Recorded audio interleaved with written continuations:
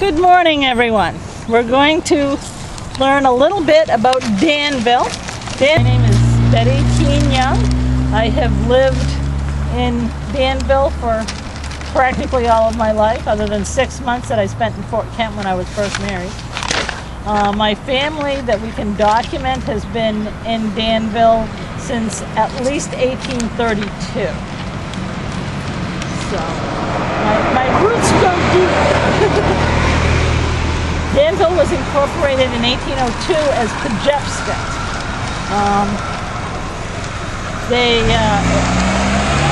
In the early days, the first cluster of houses was up here at what is known as Danville Corner. Squire Andrew Gidding lived in that house there. He was an early mover and shaker. He wrote some fascinating diaries, and he had exquisite penmanship. It was said that he could write the Lord's Prayer in a spiral the circumference of a dime. At the other end, this road ends in a T, and at the other end of the road was the True Woodbury House, which was the first plain house that was built in Danville. There were log cabins before that. That house was torn down, I think, in the 60s. So that's no longer existing. So these are some of the oldest houses that are left. But it was interesting, I found a note in the Danville town records where in 1804 there was a warrant to pay Benjamin Arnold a reasonable compensation for the wardship of Isaac McKinney, spendthrift.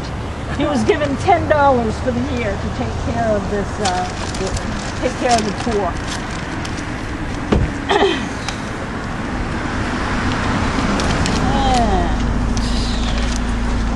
Some of the early settlers were Abel Davis, settled in the Danville area in 1762.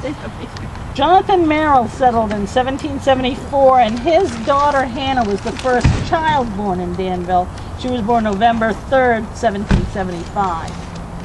True Woodbury, as I said, he settled in 1781, and Andrew Gidding settled in 1787. Danville was often obstructionist. In 1807, they did not cast a single vote toward separating from Massachusetts. They were only staying with Massachusetts. It was not until 1819 that they finally voted 52 to 34 to go ahead and separate. And it was still a very close vote. What year was that, Betty? What? What year? That was in 1819. So that was when it finally passed statewide, but it was a close vote in Danville. Each time it came up, a few more decided to go ahead and separate, but it wasn't until 1819 that they finally were the majority. And we actually separated in 1820. Correct. And then a few years later, they started saying, you know, we really need to form another county. Again, Danville was the ones that, no, wait a minute, we just paid all those taxes to build that beautiful courthouse down for Cumberland County in Portland, and we have a half shire town in New Gloucester where we can file our deeds and do most of our county business. We do not want to pay all those taxes to build another courthouse. No, no, no, no.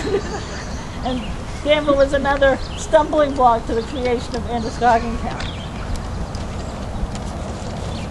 In 1839, they had 10 school districts. They had 557 students between the age of 4 and 21. And the master held school for 20 weeks. And the mistress,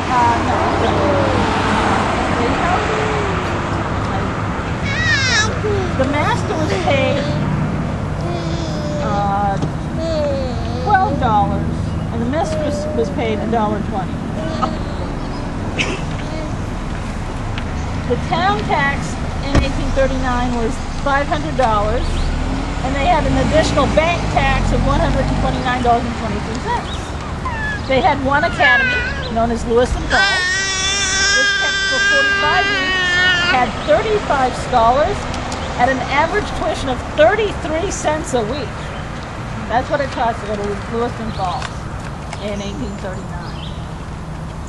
And it was, let's see where it was located. It was the location where the old Edward Little High School was, now known as Great Falls. It's where the Community Little Theater has their productions. If you have the packet, I did have some maps, and there is a map showing the boundaries of Danville in 1858, which was about the time that they started breaking pieces off to form Auburn. But if you look at your map, Danville went all the way into the Great Falls. There was a rock in the middle of the falls that was supposedly one corner of Danville. Then it followed the Minot Curve line to New Gloucester, Poland and New Gloucester, and then came all the way down to Durham. That was all Danville at that time.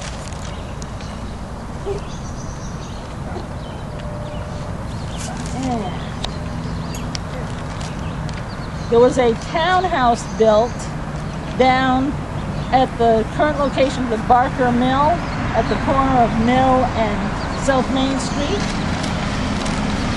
And then they decided that that was too far for most of the people, and so they brought the center of business back to Danville. About 1848 was when the first railroad came through.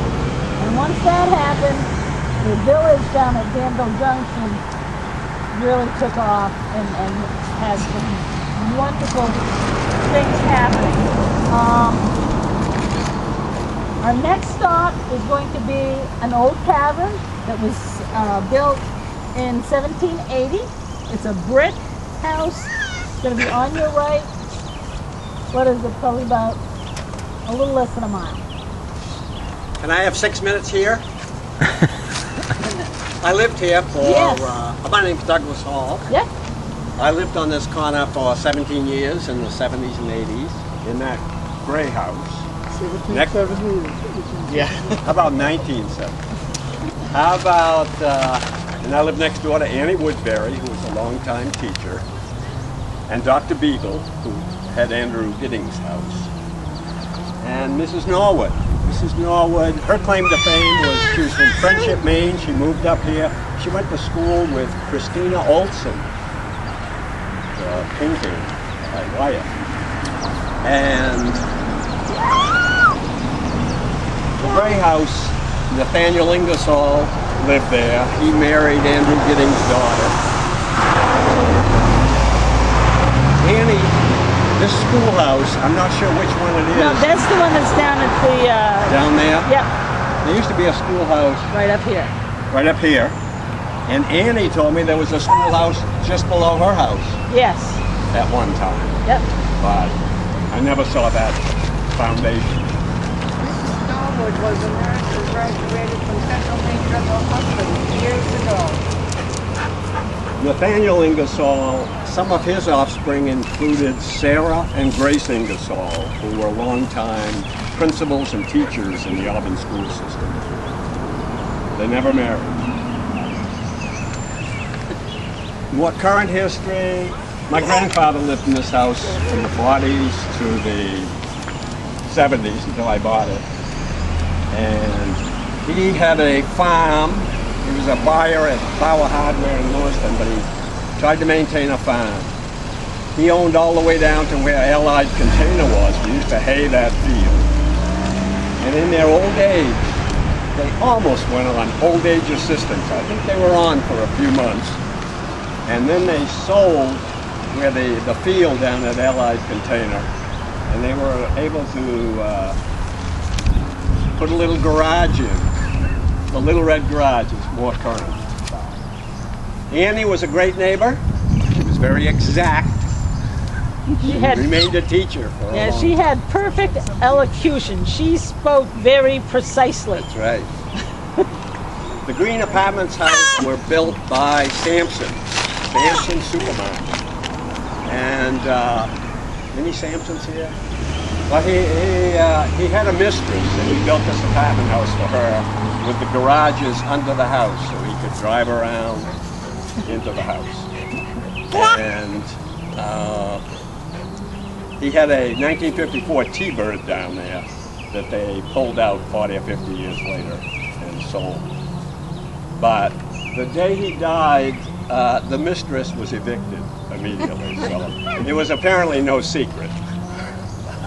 All right, that's my 6 minutes for Danville Corner. And I can remember we would drive along here and where the green, my father was upset when they put in the green apartment house because up until that time we could look across and see Mount Washington on a good day. Betty, Yes, Betty, yes, may I give a little commercial? absolutely. This is sponsored by the Androscoggin Historical Society. And if you want to join, we have membership cards here. If you'd like to give a donation, we have a box. This lady's in charge. In the back of that car, there are 2 books for sale, on sale, and as well as some membership applications.